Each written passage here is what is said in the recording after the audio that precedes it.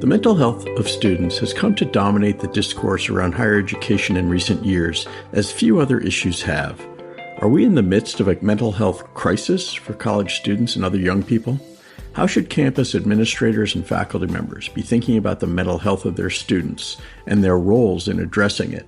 And do we perhaps need to reframe the discussion about what mental health even is? Hello, and welcome to The Key, Inside Higher Ed's news and analysis podcast. I'm Doug Letterman, editor and co-founder of Inside Higher Ed and host of The Key. Thanks to all of you for joining us today for this important conversation.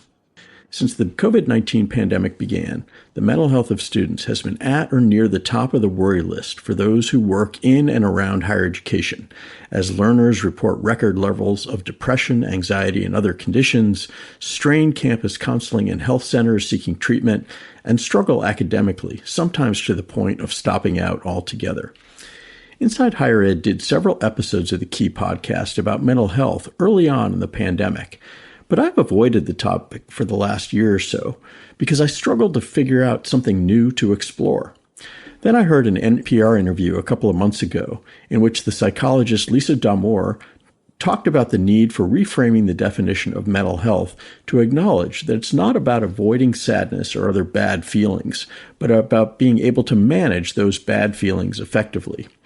Having heard college leaders and others talk quite a bit about a perceived lack of student resiliency today, this struck me as rich terrain for a conversation.